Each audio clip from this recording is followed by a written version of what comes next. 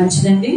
చేరు వచ్చిన బిడ్డలందరికీ, దేవుని బిడ్డలందరికీ కూడా మొదటిగా యేసుక్రీస్తు నామములో అందరికీ కూడా హృదయపూర్వక వందనాలు తెలియజేస్తూ దేవుని యొక్క వాక్యమునకు ప్రేమతో అందరినీ కూడా ఆహ్వానిస్తున్నాము. రండి, దేవుని వాక్యాన్ని మనము ధ్యానించుకుందాం. మార్కు సువార్త 13వ అధ్యాయము 11వ వచనాన్ని చదువుకుందాం. వారు మిమ్మల్ని అప్పగించుటకు కొనిపోవునప్పుడు మీరు ఏమి చెప్పుదుమా అని ముందుగా చింతింపకుడి. ఆ గడియలోనే నీకేది ఇయ్యబడినో అదే చెప్పుడి. ప్రియమైన దేవుని బిడ్డలారా, ఇక్కడ ఒక మాట మనము చదువుకుంటూ ఉన్నాం. ఈ మాటని గట్టిగా పట్టుకుందాం. చింతింపకుడి. ఏమి చెప్పాలా అని చింతించవద్దు. ఈరోజు ప్రతి కుటుంబంలో, వ్యక్తిగతంగా ప్రతి ఒక్కరి జీవితంలో కూడా ఉదయం లెగిచినది మొదలుకొని నిద్రించే వరకు కూడా కనపడుతున్నటువంటి దృశ్యము, వారు ఆలోచించే విషయము సమస్యలు. ఆ సమస్యల గురించి ఆలోచించి వారు చింతిస్తూ ఉంటూ ఉంటారు. ఇది ఎలా జరుగుతుంది, ఇది ఎలా జరుగుతుంది, ఇది ఎలా జరుగుతుంది, ఇది విడుదల వస్తుందా, ఇది విడుదల వస్తుందా రాదా, విడుదల వస్తుందా రాదా, ఈ కార్యము జరిగిద్దా జరగదా, జరిగిద్దా జరగదా, పిల్ల వివాహం అవ్విద్దా అవ్వదా, అవ్విద్దా అవ్వదా, ఉద్యోగం వచ్చిద్దా రాదా, వచ్చిద్దా రాదా, వచ్చిద్దా రాదా, అప్పుల సమస్య తీరుతుందా తీరదా, తీరుతుందా తీరదా. ఈ విధంగా ప్రతి ఒక్కరు కూడా ఏం చేస్తూ ఉన్నారంటే చింతిస్తూ ఉన్నట్లుగా మనం చూస్తూ ఉన్నాం. దేవుడు అంటూ ఉన్నాడు, నువ్వు చింతించవలసినటువంటి అవసరము లేదు. ఇక్కడ మన చింత యావత్తు కూడా ఆయన భరించినాడు. ఈరోజు నీ ప్రతి సమస్యని కూడా సాల్వ్ చేసేటువంటి దేవుడు మన దేవుడు. నీకు ఎన్ని సమస్యలు ఉన్నాయో నాకు తెలియదు. ఇక్కడున్న ప్రతి ఒక్కరి యొక్క ఒక్కొక్క జీవితాన్ని మనం తెలిస్తే, ఇట్లా హృదయాన్ని తెలిస్తే, పైకి చక్కగా రెడీ అయ్యి చక్కగా ఏదో వచ్చి కూర్చున్నారు, కానీ ఒక్కొక్కరిని కనుక పర్సనల్ గా అలా కదిలిస్తే వారి హృదయాలు అలా తెరవబడతాయి.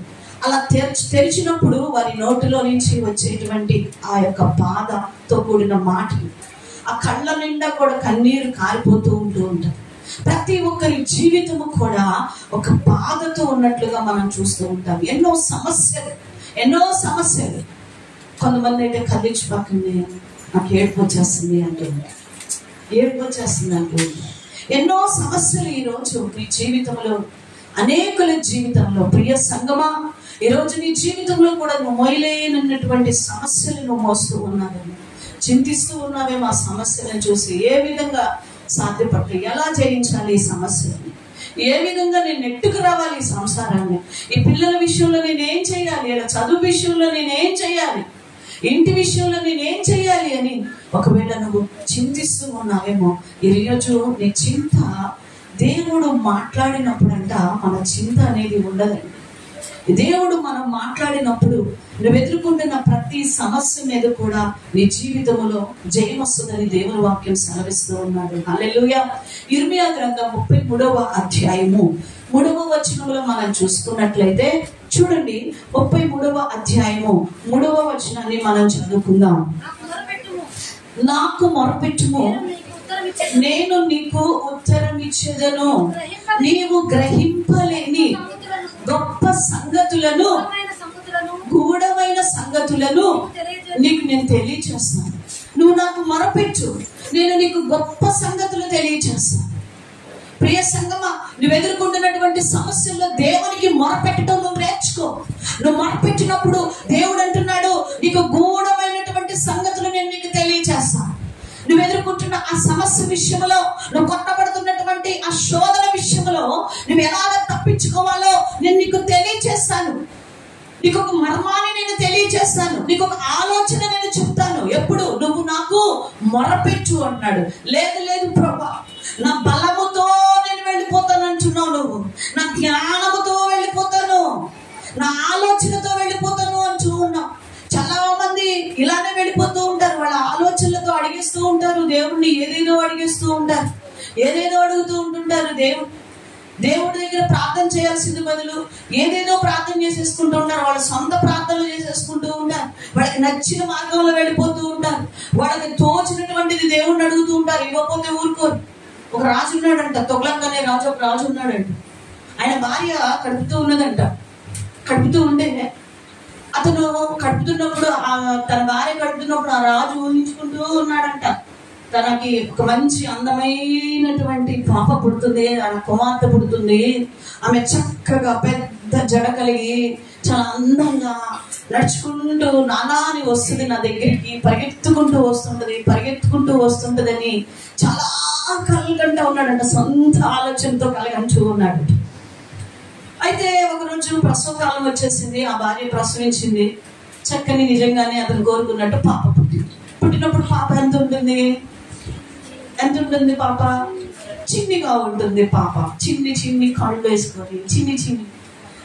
ఇదిగో నీకు కుమార్తె పుట్టిందని వల్ల రాజు గబగబా వచ్చాడు, ఆ తొగ్లకి రాజు చూద్దామని వచ్చా. ఈ అమ్మాయి నా కూతురేంటి? నేనేమనుకున్నాను, మంచి అందమైన కళ్ళు, పెద్ద పెద్ద కళ్ళు వేసుకొని, పెద్ద జుట్టు వేసుకొని, నా కొరకు నానా అని స్వింగ్ యాక్షన్ లో పరిగెత్తుకుంటా వస్తుంది అని నేను ఎంతో ఎక్స్పెక్ట్ చేశాను. ఇదేంటి ఇలా పుట్టింది? నా కూతురికి అది తీసుకెళ్ళి చంపేయండి అంటున్నాడంట, చంపేయండి అంటూ ఉన్నాడు. ప్రియమైన దేవుని బిడ్డలారా, చాలా మంది ఇలానే ఓవరగా ఏదేదో ఆలోచించుకుంటుంటారు. కొన్ని సమస్యలకి పరిష్కారమో నేను ఇలా జరగాలి, అది అలా జరగాలి, ఇలా జరగాలి ఊహించుకుంటూ ఉంటుంటారు, ఊహల్లో తేలుతూ ఉంటుంటారు. నీ ఊహ కరెక్ట్ కాదు. నరుని ఆలోచనలు అనేకము, దేవుని ఆలోచన మనల్ని ఏం చేస్తుందంట? స్థిరపరుస్తుంది. దేవుని ఆలోచన నిన్ను నన్ను స్థిరపరుస్తుంది. అక్కడ వైద్యులు అంటున్నారు, ఏం చెయ్యాలి, ఇదేంటి మెంటలోడు, ఈ రాజు అంతా అమ్మ ఎంతో మందిని ఇట్లా పిచ్చికి చంపేసాడు, ఇతను అనుకున్నది జరగలేదు, ఈ అమ్మాయిని కూడా చంపేస్తాడు అనుకున్నారు అనుకొని ఆ వైద్యులు ఆలోచించుకొని అంటూ ఉన్నారంట, రాజా ఈ పాపకు ఒక చిన్న వ్యాధి వచ్చింది. ఏంటి ఆ వ్యాధి? చిన్న వ్యాధి రాజా. ఏం లేదు, హిమాలయాల్లో 5 సంవత్సరాలకు ఒకసారి ఒక పుష్పం పూస్తుంది. ఆ పుష్పం తీసుకొచ్చి ఈ పాపకి కొంచెం రాస్తే చక్కగా క్లియర్ అయిపోతుంది, అట్లా 3 సార్లు రాయాలి అని చెప్పేసి అంటే, అవునా అప్పుడు కరెక్ట్ గా సెట్ అయిపోద్దా? ఓకే అన్నాడంట. మీరు కోరుకున్నటువంటి ధనం ఇస్తున్నాను, నా కుమార్తెను బాగు చేస్తండి రాపు అన్నాడంట. 15 సంవత్సరాల పాప ఏమైపోతుందండి? చక్కగా పెద్దదైపోతుంది, జ్ఞానం వచ్చేస్తుంది, ఆయన కోరుకున్నట్టు పెద్ద జుట్టు వస్తుంది, పెద్ద కళ్ళు వస్తాయి, చక్కని రూపురేఖలు, జ్ఞానం వచ్చేస్తుంది, అన్నీ వచ్చేస్తాయి కదండి. ఆ విధంగా వైద్యుల పాపని కాపాడారంట. 15 సంవత్సరాల తర్వాత నానా అని తను అనుకున్నట్లుగా పరిగెత్తుకుంటా వస్తుంటే, నా కుమార్తె నీ వ్యాధి అంతా తగ్గిపోయిందమ్మా అనగలి ఏం వ్యక్తపోతుంది. నాకేం వ్యాధి ఉందబ్బా? నాకేం వ్యాధి ఉంది? వ్యాధి ఎవరిలో ఉంది? రాజులో, తండ్రిలో ఉన్నది. ప్రియ సంగమా, ఈరోజు నీ సమస్యని నువ్వు ఏదో విధంగా పరిష్కరించుకోవాలని చూస్తూ ఉన్నావు, ఏదో విధంగా ఒక జయాన్ని పొందాలని ఊహించుకుంటూ ఊహల్లో తేలుతూ ఉన్నావు. ఈరోజు నీ సమస్యకి, నీ శోధనలకి, నీ రోగములకు, నీ అప్పులకు, నీకున్న శ్రమలకు ఒకే ఒక్క మార్గము ఏమిటి అంటే మొర్రపెట్టుట. ఏంటండి? మొర్రపెట్టుట. నువ్వు ప్రార్థన చేస్తేనే దేవుడు అంటున్నాడు, నువ్వు నాకు మొర్రపెట్టు, నేను నీకేం చేస్తాను? ఉత్తరం ఇస్తాను, నేను జవాబిస్తా. దాచబడినటువంటి గూఢార్థమైన విషయాలను నేను నీకు తెలియజేస్తాను అంటూ ఉన్నాడు. ఈరోజు నువ్వు మొరపెట్టు దేవుడి సన్నిధిలో, నువ్వు ప్రార్థన చేయి. ఎంతో మంది భక్తులు బైబిల్ పరిశుద్ధ గ్రంథంలో మనకు కనిపిస్తూ ఉంటారు. యెహోషువ దేవుని సన్నిధిలో ప్రార్థన చేస్తూ మొరపెడుతూ ఉన్నాడు, దేవుని సన్నిధిలో గోచాడుతూ ఉన్నాడు. మనకు తెలుసు, ఎంతో మంది బిడ్డలు దేవుని సన్నిధిలో పోరాడి ప్రార్థన చేసి మరి దేవుడు మాట్లాడిన తర్వాత గొప్ప ఆశీర్వాదాలు సంపాదించడాన్ని మనం చూస్తున్నాం. ఈరోజు నీ జీవితంలో నువ్వు మొరపెట్టినప్పుడు, దేవుడు నీతో మాట్లాడినప్పుడు నీ జీవితంలో కూడా ఒక అద్భుతాలు జరుగుతాయి. మొట్టమొదటి చేయాల్సిన ఏంటో తెలుసా? దేవుడి సన్నిధిలో నీ సమస్య విషయంలో ప్రార్థన చేయటం. వాళ్ళకి వీళ్ళకి లేకపోతే ఏదేదో చెప్పడం వల్ల కాదు. నేను దేవుని బిడ్డలకి చెప్పుకోవద్దు అంటున్నా, ప్రార్థన చేసే వారికి చెప్పొద్దు అని అంటున్నా. సహవాసంగా కలిసి ప్రార్థన చేయండి, కానీ వ్యక్తిగతంగా దేవునితో పోరాడే అనుభవం, పెరుగులాడే అనుభవం నీ జీవితంలో ఉన్నప్పుడు ప్రార్థన చేసి, తండ్రి నా పరిస్థితి ఎందుకు ఇలా ఉన్నది, యేసయ్యా నా జీవితంలో ఈ సమస్య ఎందుకు వచ్చింది ప్రభా అని నువ్వు ప్రార్థన చేసినప్పుడు, ఎక్కడ నాలో దోషం ఉన్నది ప్రభా, ఎక్కడ నాలో పాపము, ఏ మలినము నాలో ఉన్నది ప్రభా, ఎక్కడ ఎటువైపు నుంచి ఈ యొక్క శాపము నా కుటుంబంలోనికి రావడానికి, నా జీవితంలోనికి రావడానికి, ఈ అప్పుల పాలవడానికి, ఏ యొక్క దురలవాటు లేకపోతే ఏ శాపము ఎక్కడ ఎవరి దగ్గర నుంచి వచ్చింది ప్రభా అని నువ్వు దేవుడిని అడిగినప్పుడు తప్పకుండా దేవుడు నీ జీవితంలో ఒక గొప్ప కార్యాన్ని దేవుడు చేస్తాడు. హల్లెలూయా.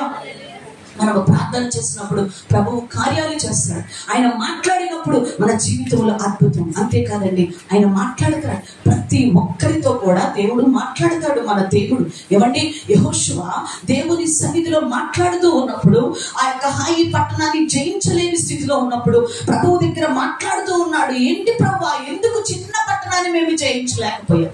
ఎరుకోని మేము జయించగలిగాము, కానీ చిన్న పట్టణమైన హాయిని ఎందుకు జయించలేకపోయామని ప్రభువుతో మాట్లాడుతూ ఉన్నప్పుడు ప్రభు అన్నాడు, లే లే, పాళములో పాపమున్నది, పో, అది సరిచేయి అనగానే వెంటనే యెహోషువ ఏమన్నాడని వెంటనే లోబడ్డాడు. ఈరోజు దేవుడు మాట్లాడుతున్నప్పుడు, దేవుడు మాట్లాడినటువంటి ఆ మాటకి నువ్వు లోబడితే, ఇక్కడ బాగా గమనించండి, దేవుడు మాట్లాడితే ఆశీర్వాదం కరెక్టే, కానీ మాట్లాడినప్పుడు ఆ మాటకి నువ్వేమివ్వాలి? దేవుడు మాటకి లోబట విలువ ఇవ్వాలి. అమ్మో, దేవుడు ఈ మాట నాతో మాట్లాడుచున్నాడు, నన్ను పలానా చోటకి వెళ్ళమంటున్నాడు, నన్ను పలానా విషయంలో సరి చేసుకోమంటూ ఉన్నాడు, పలానా విషయంలో నన్ను ఎదగమంటూ ఉన్నాడు, పలానాది నన్ను విడిచిపెట్టమంటున్నాడు, పలానాది నన్ను ఇచ్చేసేయమంటూ ఉన్నాడు. దేవుడు మాట్లాడినప్పుడు లోబడటం మనం నేర్చుకోవాలి. పరిశుద్ధ గ్రంథంలో చూద్దాం రండి. దేవుడు మాట్లాడినప్పుడు లోబడినటువంటి బిడ్డలకి ఎలాంటి ఆశీర్వాదములు వస్తున్నాయో ఇక్కడ మనం చూద్దాం. నిర్గమాకాండం 14వ అధ్యాయము 15వ వచనాన్ని మనం చదువుకుందాం. అంతలో యెహోవా మోషేతో, నీవేళ నాకు మొరపెట్టుచున్నావు, సాగిపోవుడి అని ఇశ్రాయేలీయులతో చెప్పుమో. ప్రియమైన దేవుని బిడ్డలారా, దేవుడు చెప్తూ ఉన్నాడు. మోషే దేవుడి సన్నిధిలో ఒక సమస్య నిమిత్తము ప్రార్థన చేయుచున్నాడు. మనందరికీ తెలుసు, ఐగుప్తుని విడిచిపెట్టి వెళ్ళిపోతూ ఉన్నటువంటి దేవుని మాట ప్రకారం బయలుదేరుతున్నటువంటి సమయంలో వెనక శత్రువులు ఉన్నారు. ముందేమున్నదండి? సముద్రం, ఎర్ర సముద్రం. అది మామూలు సముద్రము కాదు, ఒక చిన్న పాయ కాదు దాటి వెళ్ళిపోవటానికి. వెనక మహాసైన్యం, అది మామూలు శత్రువులు కాదు, ఐగుప్తు సైన్యం. చాలా భయంకరమైన ఆరి తేరినటువంటి సైన్యం. ముందేమో మహాసముద్రం, ఎర్ర సముద్రం. ఈరోజు నీ జీవితంలో కూడా ఏదో అంటారు ఏంటండి, వెనక నుయ్య ముందు గొయ్య. అలాగా నువ్వు సమస్యల్లో ఉక్కిరి బిక్కిరైపోతూ ఉన్నావేమో ప్రియ దేవుని బిడ్డ. ఈరోజు దేవుడు నీతోనే మాట్లాడుతూ ఉన్నాడు. నీ హృదయంతో నీతోనే దేవుడు మాట్లాడుతూ ఉన్నాడు. నీవు కూడా ఆ విధముగా నలిగిపోతూ ఉన్నావేమో, బయటపడలేక, చెప్పలేక నలిగిపోతూ ఉన్నావేమో, ఏడుస్తూ ఉన్నావేమో. దావీదు కన్నీటితో ప్రార్థన చేసినప్పుడు పరుపు తేలి ఆడినట్లుగా నువ్వు ఏడుస్తూ ఉన్నప్పుడు నీ పక్క తడిచిపోతూ ఉన్నదేమో.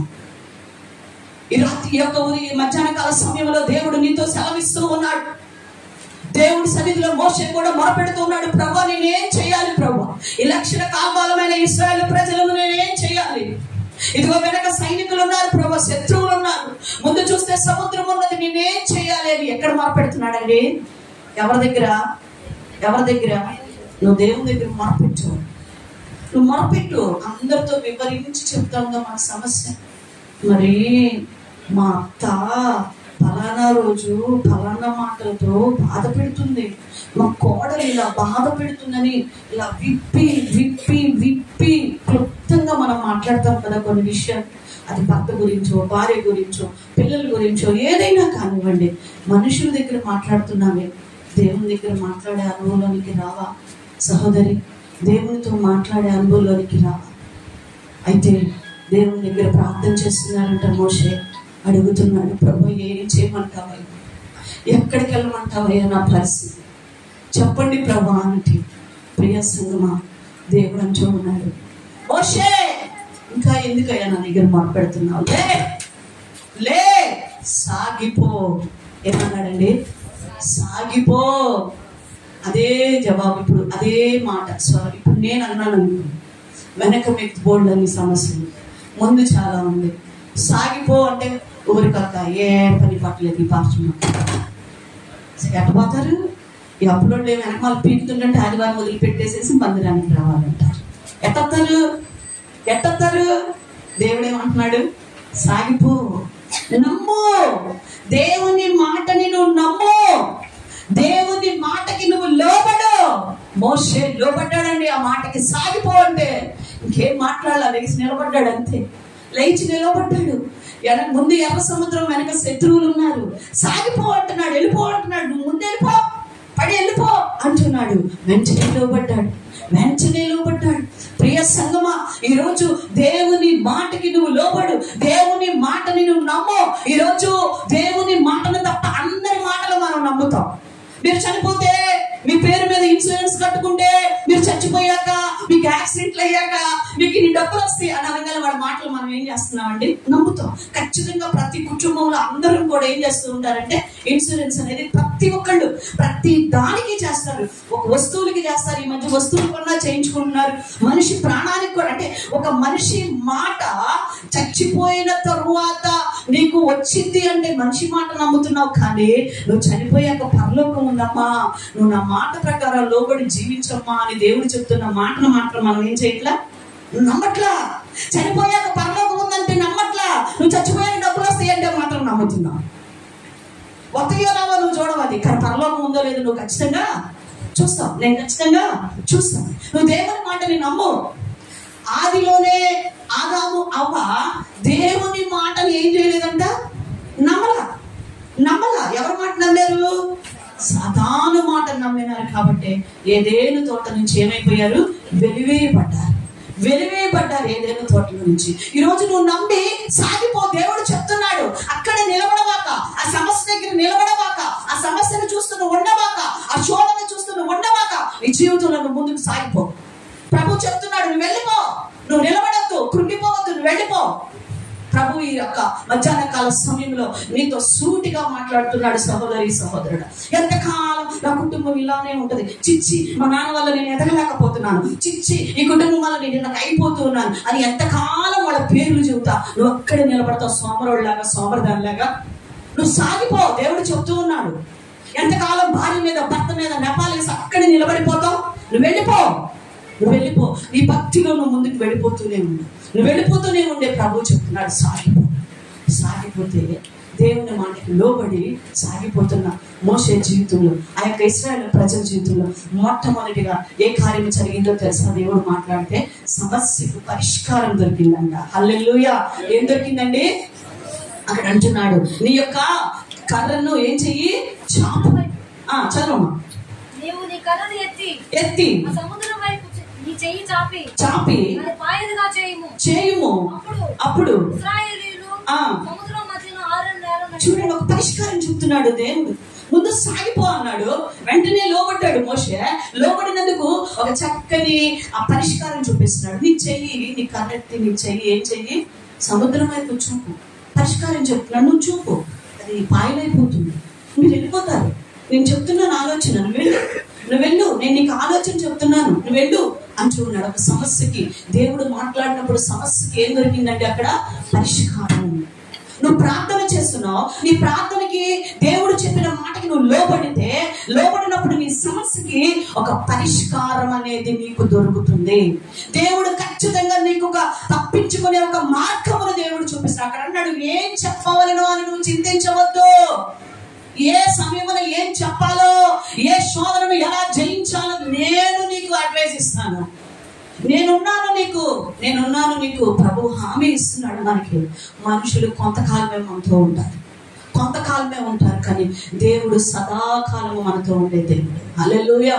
ప్రభు అంటూ ఉన్నాడు, ఆ సమస్యకు ఒక పరిష్కారం అక్కడ దొరికిందంట. ఈరోజు నీకు ఒక సలహా ఇస్తుంటే బాధ, దేవుడు నీతో మాట్లాడి ఒక హెచ్చరిక ఇస్తుంటే నీకు బాధ, నువ్వు ఫలాన్ని విడిచిపెట్టు అంటే నీకు బాధ, ఫలాన్ని వెంబడించు అంటే నీకు బాధ. యవనస్తుడితో కూడా ఒక యవనస్తుడు అంటే యేసుప్రభు దగ్గరికి వచ్చి ప్రభుని అడిగాడంట, వేడుకున్నాడంట, ప్రభా మరి పరలోకం అవ్వాలంటే ఇంకా నేనేం చేయాలి అంటే ప్రభు అని చాలా చెప్పారంట. నీ తల్లిదండ్రులను సన్మానించు, నీ టైత్ దేవునికి ఇవ్వు, ఆజ్ఞల ప్రకారం నడుచుకో, అది ఇదని అన్ని చెప్పారంట. చెప్తే ఇవన్నీ నేను చిన్నప్పటి నుంచి చేస్తున్నాను ప్రభా అన్నాను. అయితే నీకు ఒకటి కొద్దుగా ఉన్నది. ఏంటి ప్రభా? నీ ధనాన్ని విడిచిపెట్టి వెంబడించాను. వెంటనే ఆ యవనస్తుడు ఏమైనా లోబడ్డాడు. అమ్మో, ధనం అంటే మరి ఎంత ఉందో తెలియడానికి, అది విడిచిపెట్టడానికి మనసు రాలే. కొంతమందికి దేవుని బిడ్డిచ్చే సలహాలు నచ్చవు. ఆత్మ సంబంధమైన సలహా నీకు కష్టంగానే ఉంటది. వాక్యానుసారమైనటువంటి దేవుని బిడ్డలు, దేవుడు నీతో మాట్లాడుతున్న మాట కొంచెం కఠినంగానే ఉంటది. అది చేయడం చాలా కష్టంగానే ఉంటది. ఈరోజు సన్నగా అవ్వాలి అనగానే కొన్ని నియమాలు కూడా ఉంటాయి. సన్నగా అవ్వగానే ఓం భీమ్ అని విఠలాచార్యుల లాగా సప్పని ఇట్లా మాయమైపోం కదండి. ఆ సినిమాలో అలా సన్నగా అయిపోతామా? అవ్వం. సన్నగా అవ్వాలంటే చాలా కష్టపడాలి, చాలా కష్టపడాలి. బోల్డ్ అంతా తిండిలు త్యాగం చేసుకోవాలి, చాలా త్యాగాలు చేసుకోవాలి. అవన్నీ త్యాగం చేసుకుంటేనే మనం అనుకున్నటువంటి గోల్ రీచ్ అవుతాం. వాళ్ళు చెప్తారు సన్నపడాలి అంటే నువ్వు పొద్దున్న పూట టిఫిన్ తినకూడదు, ఓన్లీ 1 జ్యూస్. మధ్యాహ్నం పూట నో ఎంత 1 కప్పు రైస్, ఓన్లీ 1 చపాతీ అంటారు. ఈవినింగ్ నో డిన్నర్, 1 జ్యూస్, లేకపోతే లెమన్ జ్యూస్, దట్స్ ఆల్ అంటారు. అయ్యి బాబు అవి వింటానికి చాలా కష్టంగా ఉంది, కానీ పాటిస్తే బాగానే ఉంటారు ఆరోగ్యం. అఫ్ కోర్స్ నేను కూడా చేయను అనుకోండి, అది చాలా కష్టం, చాలా కష్టం. అందులో స్వీట్స్ తినకుండా అసలు ఉండలేము. ప్రియమైన దేవుని బిడ్డలారా, ఈ రోజు నిజంగా అందరం ఇలానే ఉంటున్నాం. దేవుడు మాట్లాడుతున్నప్పుడు, దేవుని బిడ్డల ద్వారా నేను హెచ్చరిస్తున్నప్పుడు నీకు బాధ కలుగుతుంది, నీకు నొప్పి కలుగుతుంది. ఎందుకు ఆ నొప్పి? ఒక ముళ్ళు తీస్తుంటే నొప్పే. నీకు గుచ్చుకున్న ఆ ముళ్ళు ఆ నీడిల్స్ తో తీస్తున్నప్పుడు చాలా పెయిన్, గుచ్చుకున్న దానికంటే కూడా ఎక్కువ పెయిన్ అది తీస్తున్నప్పుడు. కానీ ఆ పెయిన్ నువ్వు భరించకపోతే ఆ ముళ్ళు బయటికి రాదు, శాశ్వతమైనటువంటి స్వస్థత అక్కడ రాదు. కొంచెము ఆ పెయిన్ నువ్వు భరిస్తే నీకు సంపూర్ణంగా స్వస్థత వస్తుంది. హల్లెలూయా. ఈరోజు దేవుని యొక్క మాటని నువ్వు నమ్మితే, దేవుని యొక్క మాటకి నువ్వు లోబడి ఆ మాట ప్రకారం నీ బ్రతుకుని మార్చుకుంటే నీ జీవితంలో దేవుడు అంటున్నాడు, ఒక చక్కని పరిష్కారాన్ని నేను చూపించేది, నేను ఇస్తాను, నీకు ఒక పరిష్కారం చూపిస్తాను. కీర్తనల గ్రంథం 22వ అధ్యాయం 8వ వచనం చూడండి. యెహోవా మీద నీ భారము మోపు. హల్లెలూయా. ఎవరి మీద మోపమంటున్నాడు? లేదు లేదు లేదు లేదు ప్రభా, నేనే మోస్తాను, నువ్వు కాదు నా బలమంతా. ఆ భక్తుడేం పాడుతున్నాడు? బలమంతా నీవేనయా అందరం పాడుతున్నాడు. కానీ ఇక్కడేం చేస్తున్నా? యెహోవా మీద భారం ఇట్లా అయ్యా నువ్వు మొయ్యలేవయ్యా, నువ్వు మొయ్యలేవు.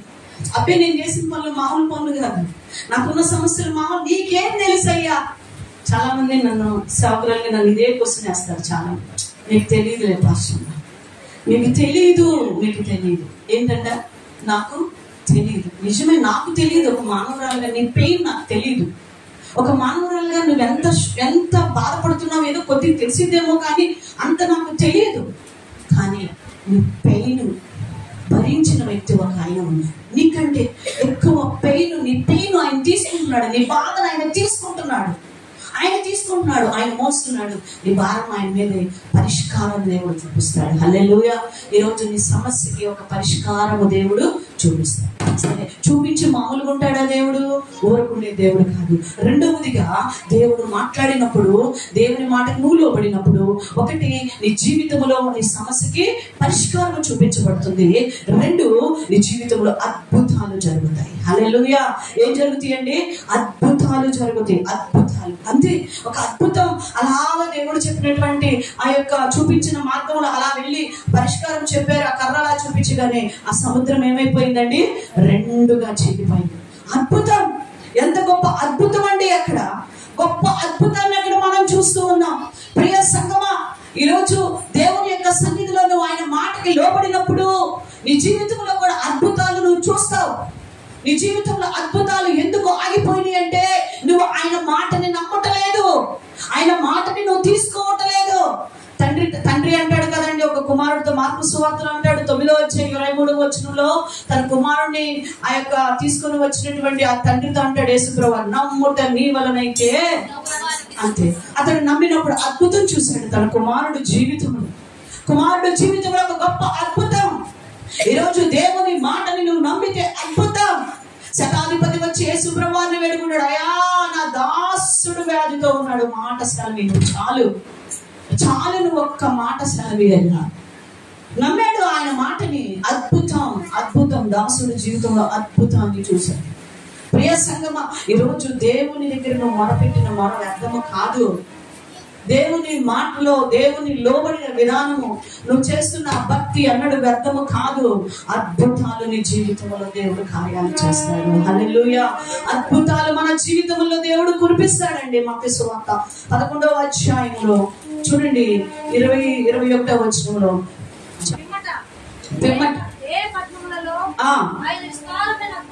విస్తారమైన అద్భుతములు చేసెను. ఆ పట్టణములో వారు అబ్బా మారు మనసు పొందలేదంట. అంటే వాళ్ళు దేని మీద ఆధారపడ్డారంట? కేవలం అద్భుతాలు మాత్రం చాలనుకున్నారు. మారు మనసు పొందల అంటే ఆ పాపమును విడిచిపెట్టలా. దేవుడు కాపాడి ఒక అద్భుతాలు ఆ కుటుంబాల్లో జరిగిస్తూ ఉంటే, అయ్యో దేవుడు ఇంత గొప్ప కార్యము నాకు చేస్తూ ఉంటే నేను ఇంకా ఈ పాపములో నేను ఎందుకు ఇలా పడి ఉన్నాను అని ఆ పాపములను విడిచిపెట్టలా. మారు మనసు పొందట్లేదంట వాళ్ళు.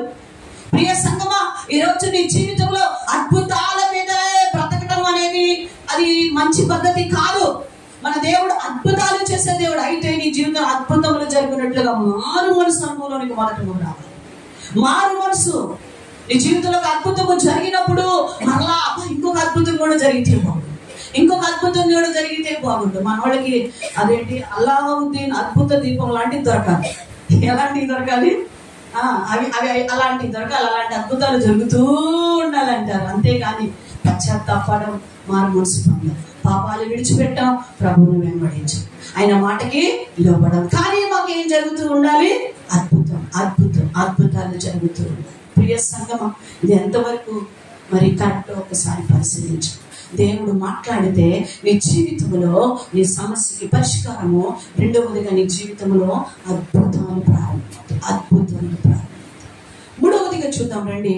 దేవుడు మనతో మాట్లాడినప్పుడు మూడవదిగా 34వ అధ్యాయం నిర్గమకాండము 35వ వచనాన్ని చూద్దాం.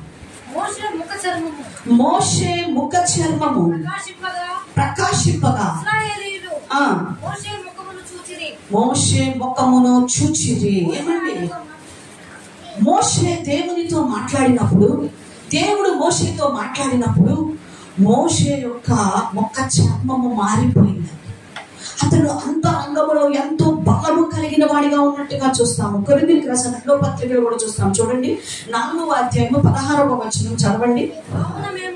కావున మేము అధైర్యపడము, మా బాహ్య పురుషుడు కృషించుచున్నను, ఆంతర్య పురుషుడు దినదినము ఏమవుతున్నాడంట? నూతన పరచబడుతున్నాడు. దేవుడు మాట్లాడినప్పుడు మేము భయపడాం, మేము బాధపడాం, మా నిందలకి భయపడాం, మా అవమానాలకి భయపడాం, మా సమస్యలకి భయపడేదే లేదు.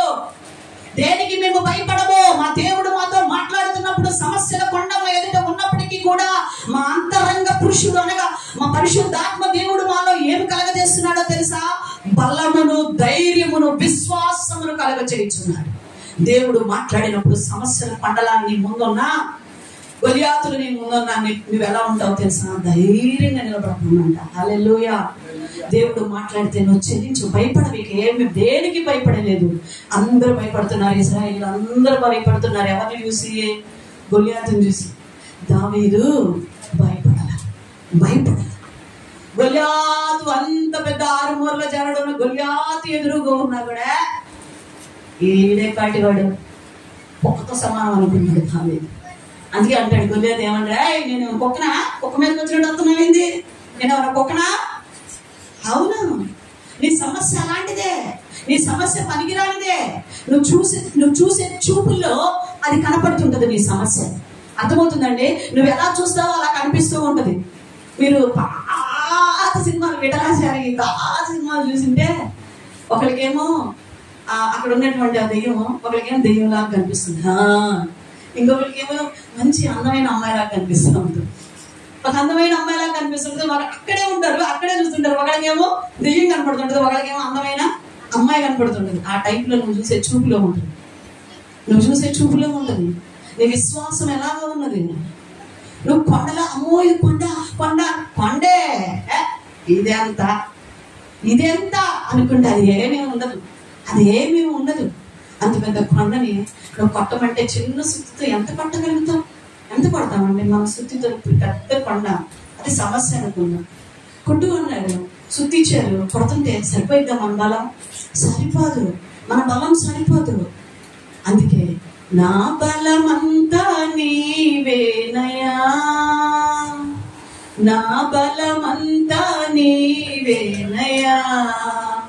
ఆయన నీకు బలాన్ని ఇస్తాడు. నిన్ను బలపరిచే దేవుడు. నువ్వు దేనికి కృంగిపోవద్దు, నిన్ను బలపరుస్తున్నాడు. ఆయన మాట్లాడితే నీకు బలం వస్తుంది. సమస్యని చూడవు, ఏమీ చూడవు, అది నీ పాదముల కింద తొక్కబడుతుంది అంతే. అది దెయ్యమైన ఏదైనా సరే దేనికి భయపడిన అవసరం. యేసు నామములో సమస్య వెళ్ళిపోండి, అది వెళ్ళిపోవాల్సిందంతే. హల్లెలూయా, హల్లెలూయా. ప్రియ సంగమా, ఈరోజు దేవుడు మనతో మాట్లాడుతూ ఉన్నాడు. నీ అంతరంగ పురుషుడిని దేవుడు ఏం చేస్తాడంట? బలపరుస్తాడంట. దేవుడితో మాట్లాడినప్పుడు, దేవుడు నీతో మాట్లాడినప్పుడు, ఆయన మాటకి నువ్వు లోబడినప్పుడు నీకు బలాన్ని ఇస్తున్నాడు. నువ్వు భయపడిన అవసరం. 4వదిగా ఆయన స్వరూపంలోనికి మార్చబడతావంతే, ఆయనలాగా అయిపోతావంతే. హల్లెలూయా. దేవుడితో మాట్లాడుతూ ఉన్నప్పుడు, దేవుడు నీతో మాట్లాడుతూ ఉన్నప్పుడు, నువ్వు ఆయన మాటకి లోబడుతూ ఉన్నప్పుడు ఆయనలాగా మారిపోతావంట. హల్లెలూయా. ఎలా మారిపోతాం? ఆయనలాగా. ఆయన మాట్లాడుతూ ఉంటే నీకు మంట వచ్చేస్తుంటుంది అనమాట హృదయంలో. లోకాసువార్తలు అంటాడు కదా 24వ అధ్యాయం 32వ వచనంలో, ఎంఐ గ్రామంలో వెళుతూ ఉన్నప్పుడు ఆ యొక్క శిష్యులు అంటూ ఉన్నారు. చదువుదాం ఆ మాట. 32వ వచనం 24:32. అప్పుడు వారు ఆయన త్రోవలో మనతో మాట్లాడుచున్నప్పుడు, లేఖనములను మనకు బోధపరచుచున్నప్పుడు హృదయములో మండలేదా? దేవుడు మాట్లాడుతుంటే ఒక మంట పుట్టలేదా? ఆ మంట క్రీస్తు స్వరూపంలోనికి నిన్ను తీసుకొని వెళ్తుంది సహోదరి.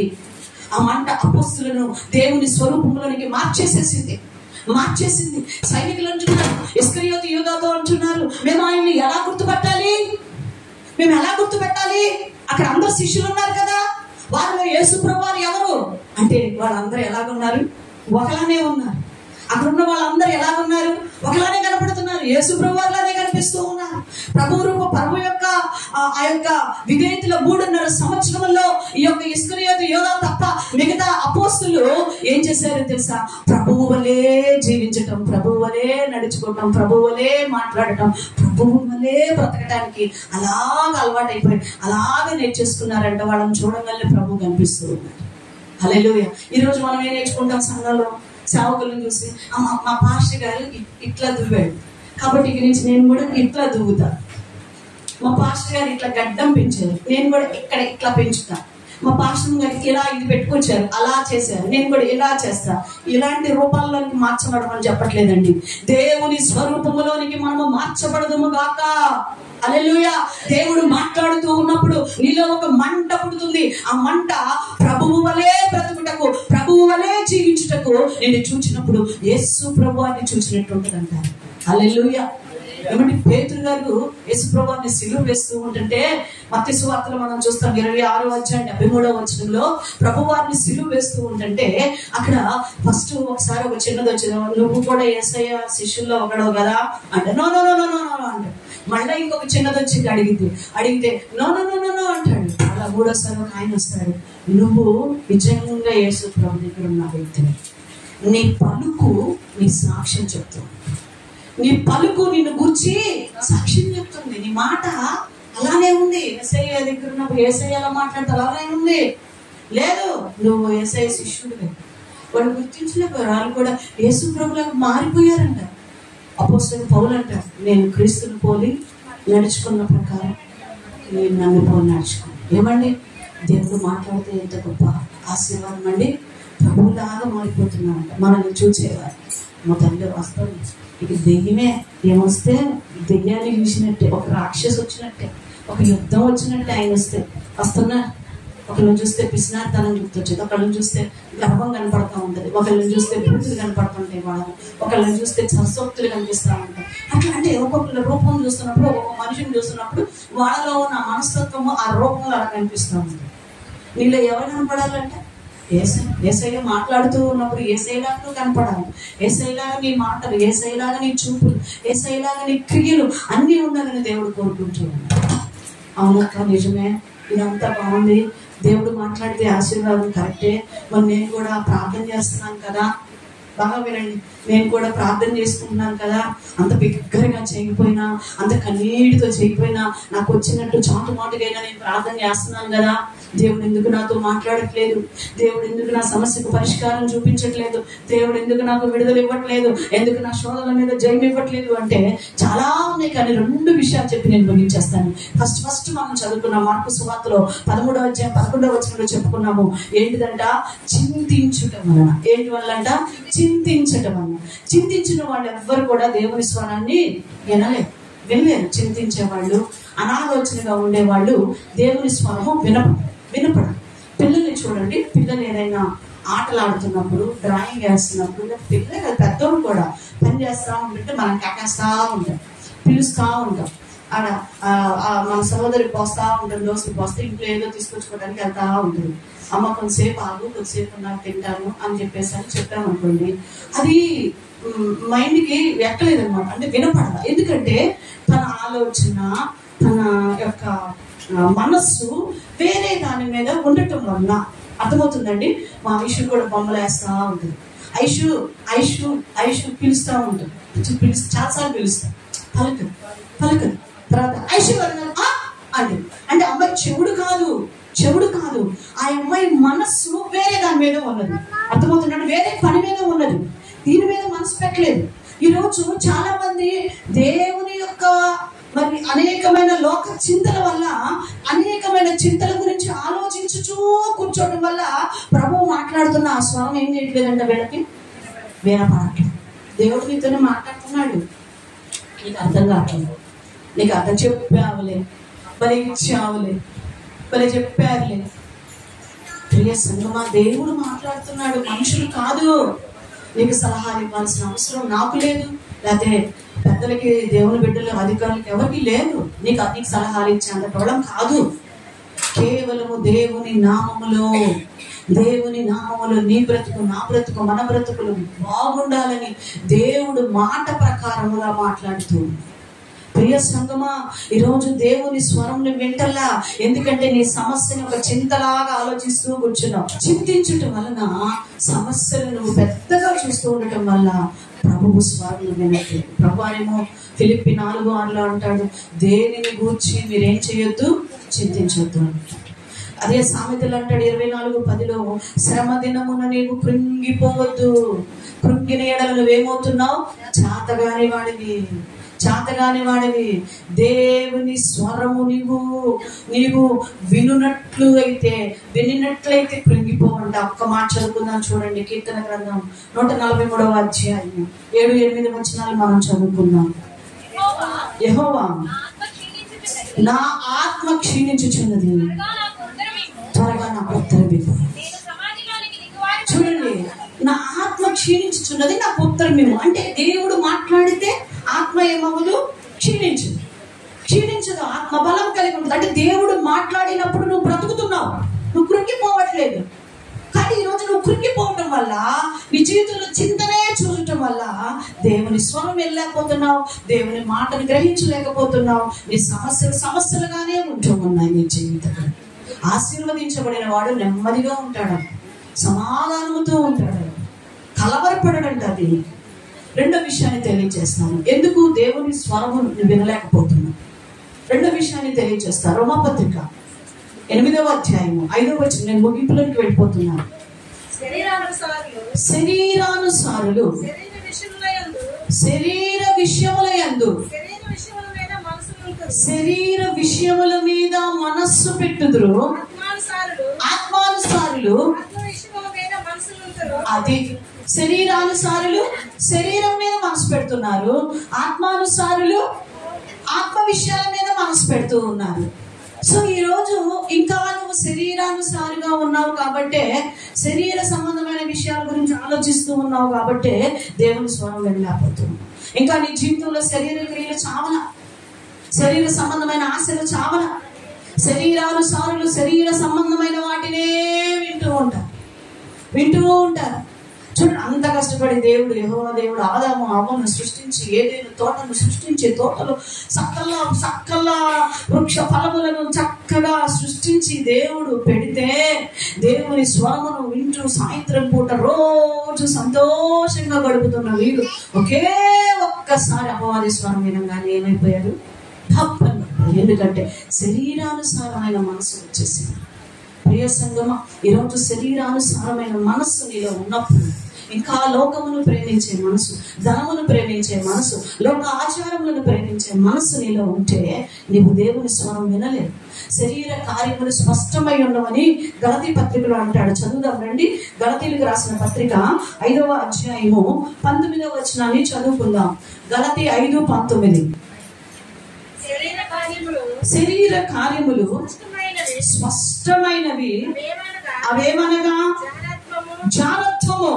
బాగా వినండి, శరీర క్రియలు ఇక్కడ మనం చూస్తూ ఉన్నాము. జారత్వము, అపవిత్రత, కాముకత్వము, విగ్రహారాధన, అభిచారము, ద్వేషములు, కలహము, మత్సరములు, క్రోధములు, కక్షలు, భేదములు, విమతములు, అసూయలు, మత్తతలు, అల్లరితో కూడిన ఆటపాటలు. ఇవన్నీ శరీర క్రియలు. ఎన్నున్నాయి నీ జీవితంలో ఈ శరీర క్రియలు? ఎన్నున్నాయి? శరీరానుసారులుగానే ఉంటూ ఉన్నా. దేవుడు మాట్లాడుతూ ఉంటే ఎంత నిర్లక్ష్యంగా ఉంటూ ఉంటా, ఎంత నిర్లక్ష్యంగా ఉంటున్నా. ఒకరోజు ఏడుస్తాం, ఈ వాక్యము కరువైపోయి సత్యమైన వాక్యము బోధించేవారు లేక ఏడుస్తాం. సెల్ ఫోన్లలో కూడా వాక్యాలు రాకుండా మోయబడేటువంటి దినాలు కూడా రాబోతున్నాయి. నీకు ఇంకెక్కడ వాక్యం అందదు, సంఘాలు మోయబడతాయి, సేవకులు కరువైపోతారు, నీకు సేవకులు దొరకరు.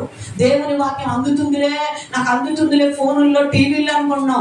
అవి కూడా మోయబడబోయేటువంటి దినాలు వస్తున్నాయి. నీకు జీవితం కరువైపోయే దినం వస్తున్నది. దేవుడు మాట్లాడుతున్నప్పుడు నీవు వినకుండా ఆయన అంటాడు, నేను మాట్లాడుతున్నప్పుడు నువ్వు నిర్లక్ష్యంగా ఉంచివే, నేను నీతో మాట్లాడటానికి వచ్చాను, నీ హృదయం అనే తలుపు దగ్గర నుండి తట్టాను. ఎన్నిసార్లు నీ గడప తట్టాను. ప్రియమైన దేవుని బిడ్డలారా, సేవకులకి ఏమండి, ఒక చిన్న పని చేసుకొని మేము బ్రతకలేమా? ఎన్నిసార్లు నీ గడప సిగ్గు లేకుండా తొక్కారు సేవకులు. ఎన్నిసార్లు నీ జీవితంలో నిన్ను క్షమాపణ అడుగుతూ వచ్చారు, నే తప్పు లేకపోయినా. ఎన్నిసార్లు నిన్ను దేవుని సన్నిధికి రమ్మని బ్రతిమలాడుతూ వస్తూ ఉన్నారు. అయ్యో, ఆ సేవకులు నీకు దూరం అయిపోయే దినాలు వస్తా ఉన్నాయి. దేవుడు మాట్లాడుతూ ఉన్నప్పుడు నువ్వు శరీరానుసారమైన మనసుతోనే వాక్యములు తీసుకుంటూ ఉన్నప్పుడు, శరీరానుసారముగానే నీవు ఆలోచిస్తూ ఉన్నప్పుడు నీ జీవితంలో దేవుని స్వరమును వినలేవు, ఆ స్వరముకు నువ్వు లోబడలేవు. ఆ స్వరము వినకపోవటం వల్ల నీ ఆశీర్వాదములు పోతున్నాయి, నీ సమస్యలుగానే మిగిలిపోతూ ఉన్నాయి. సహోదరుడా, ఈరోజు దేవుడు మనతో మాట్లాడుతూ ఉన్నాడు, ప్రభువు మనతో మాట్లాడుతూ ఉన్నాడు. ఈరోజు ఈ ఉదయకాల సమయంలో నీ హృదయంలో ఆయనకి చోటిస్తావు, నీ హృదయంలో ఆయనకి చోటిస్తావా సహోదరుడు? ఈరోజు దేవుడు నీతో సూటిగా మాట్లాడుతూ ఉన్నాడు. ఆయనతో మాట్లాడే అనుభవంలోనికి నువ్వు వస్తావు, ఆయన దగ్గర మొరపెట్టుకునే అనుభవంలోనికి నువ్వు వస్తావు. నువ్వు మొరపెట్టు, ఆయన అంటున్నాడు, నువ్వు మొరపెట్టు, నీ సమస్యకి పరిష్కారం నేను చూపిస్తాను.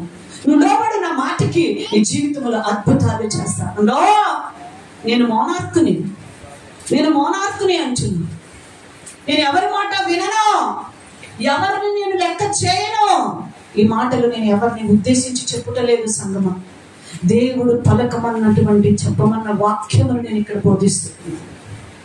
ఈరోజు నువ్వు ఎంత తగ్గించుకుంటావో అంత దేవుని స్వరం వినగలుగుతావు. నీ జీవితంలో ఎంతగా దేవుని స్వరం వింటావో అంతగా లోబడే మనసుని జీవితంలోనికి తెచ్చుకున్నప్పుడు, వినటం గొప్ప కాదండి, లోబడటం గొప్ప. ఏంటండి? వినటం గొప్ప కాదు, లోబడటం గొప్ప. దేవుని స్వరం విన్నవాళ్ళు బైబిల్ గ్రంథంలో చాలా మంది ఉన్నారు, కానీ లోబడిన వాళ్ళు యోనాతో దేవుడు మాట్లాడా.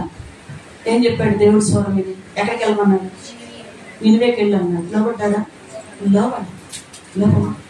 మోషేతో దేవుడు మాట్లాడాడు, చాలా సార్లు చెప్పాడు. మొత్తానికి చెప్పి చివరికి మొత్తానికి అయితే ఏమయ్యాడు?